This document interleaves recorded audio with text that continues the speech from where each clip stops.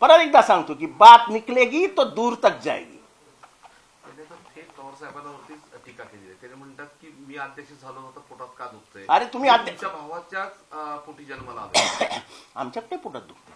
तुम्ही कायदेशीररित्या 2022 मध्ये निवडणूक लढवायला हवी होती.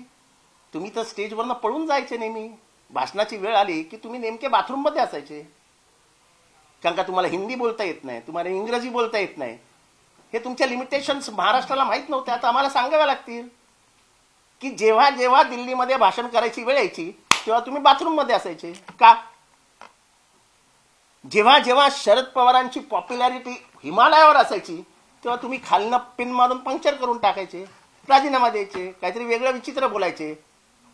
MSC बँकमध्ये तुम्ही केलेलं लोचे आलं शरद पवारांवरती आणि मग तुम्ही राजीनामा दिला दुःख व्यक्त करत. हे कशाला नाटकं केलेली? जे काय 4 वेळा उपमुख्यमंत्री पद मिळालं ते फक्त आणि फक्त साहेबांमुळे मिळालं.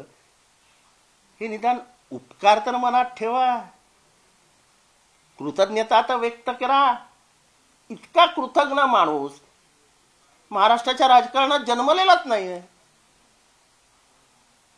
इतका कृतज्ञ आणि परत त्याला रक्ताचं नातं जोडायचं. मी तुमच्या भावाचाच मुलगा होतो ना. अरे तू त्यांच्या भावाचा मुलगा होता म्हणूनच उपमुख्यमंत्री झालास. तू त्यांच्या भावाचा मुलगा होता म्हणूनच तुला सगळं माफ केलं. आमच्यासारख्या मागास जातीचा जितेंद्र आव्हाडने असं काय केलं असतं ना, आमच्या मागच्या भागावरती लात मारून आम्हाला हाकलून दिलं असतं. तेव्हा हे सगळं बोलायला पण मला वाईट वाटतं. एवढे वर्ष काम केलंय, पण एवढे वर्ष काम करून सुद्धा ह्या माणसाला शरद पवारांची ओळख पटली नाही.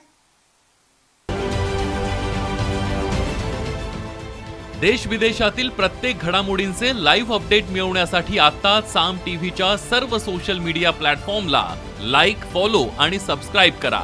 तसंच सर्व नोटिफिकेशनसाठी बेल आयकॉन प्रेस करायला विसरू नका.